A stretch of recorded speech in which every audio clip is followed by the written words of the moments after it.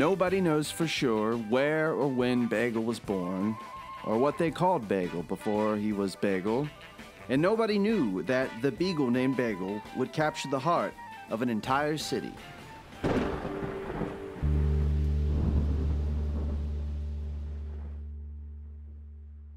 There was a big storm here, and I could sense right away that Bagel was not happy about this situation. Bagel, being a country dog, wasn't accustomed to all the sights and smells of city life. He was frightened, so when he saw his opportunity, he took it. And that's when Bagel, pushed out the gate, took a right down the alley, and my friend ran after him, which is something you don't want to do. And that was the last time I saw him. This is not a good thing. Thus began the most involved search for a missing pet that the city had ever seen. All sorts of citizens joined in, the young, the old, the rich, and the poor. People from both sides of the James became obsessed with finding the beagle named Bagel. Soon, the entire city was covered in posters. If you live anywhere near the Phantom Museum District, odds are you've probably seen this poster of Bagel the Beagle. The craze just became hey, did you see that they put some on that building, not just hey, there was a flyer at Kroger. And then they were on these really nice stickers that were everywhere. And then you couldn't get them off, so people were mad that overnight, it's we're gonna have to look at this forever. There's one in my trash can out back. I was convinced he was in the fan someplace. I was convinced he was getting food from these restaurants and stuff. A lot of times I would be out really early or really late. I would get up, 3 or 4 in the morning and go out and stay out pretty late looking for him. They're not going to be wandering around on the pavement at noon. Jocelyn knew her dog well, as evidenced by the near billions of photographs. I'm a big photo bug. I take pictures all the time. I have probably 15,000 pictures on my phone right now. So I had a lot of pictures of him, and I think people could relate to him. I was trying to get his personality out there, so people wanted to help this little lost dog. Really try to let it be about the raw emotion of what was happening. Not to say, hey, my dog's lost, but really put my feelings behind it. My first start was seeing the posters and kind of oh, there's a lost dog. And then it kind of went into, seeing the news articles, and then it was whoa, this is a little different. And then it became less of a joke and more of wow, I see how sad she is. I really want her to find Bagel. I remember a big push to find him before the 4th of July because of fireworks, just of how skittish she is. You see her passion for Bagel, and there's an empathy there too. And then there's also a little side of it where you see kind of how far it had gone, and it was very unique for a lost dog. You could definitely tell it was not an ordinary lost dog. Around Halloween, you start to see all the costumes, and you see her Facebook following just grow and grow and grow. And I'm sure this is not 100% Beagle canon, but I think I got the point across. I don't know. I became more astute to seeing beagles around town. If you see someone walking a beagle, you're is that Bagel?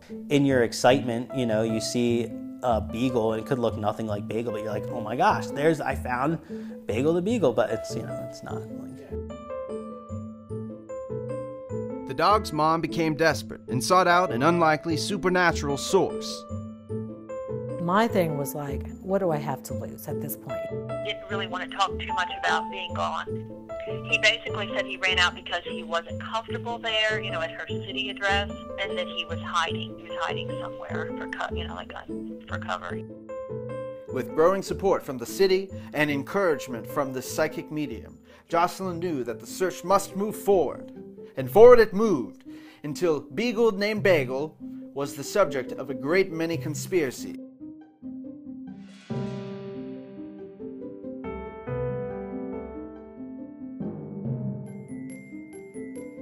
And there was a time where I doubted if it was real. I feel bad saying that and on the record saying that, but I mean, There was a time where I was like, okay, like, is this real? And I feel like I'm not the only person that has had that feeling. I think because it just grew so much into its own little thing, and you saw all these variations of the poster and all these different artwork things, and you're like, okay, is this some sort of underground artist thing? And a lot of times I thought, well, should I put this out there or not? And I just thought, just tell the story as it's happening. You know, you don't have to edit it yourself. This is just the reality of what's happening. Every day I would think, God, this is my dog. Just think if this was my child. You would probably have to put me in a rubber room somewhere. I mean, how could you not love your animals? I mean, you know, I just didn't want him to get hit or get picked up and used in a dog fight. Or there's so many negative, mean spirits in this world, and I just really didn't want him to become involved with any of that, because he was such a sweetheart, you know. He was sweet, but he was still a rascal. He was a rascal.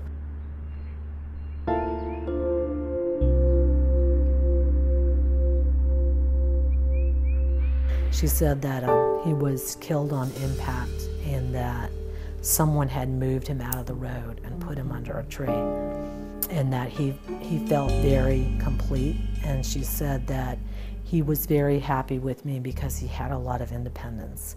Like I gave him a lot of room to be Bagel. At the end of it, I just kind of broke down and I cried, because I thought, you know, this makes sense. It feels like this is really what happened, you know. And I thought, this is a good time to just say this is what it is. Because I can't live the rest of my life like in fear of, you know, what I don't know, because I feel like it was the truth. I feel like Richmond's dog is Bagel. Why? I don't know. I feel like if we knew why, or we knew why things like certain things go viral and certain things don't, I feel like if you know that, you're gonna be like a master marketer. Maybe I'm Bagel. Maybe we're all Bagel. I don't know. Thus concludes the story of Bagel, a story that we all share. Because sometimes, when a beagle goes missing, a city is found.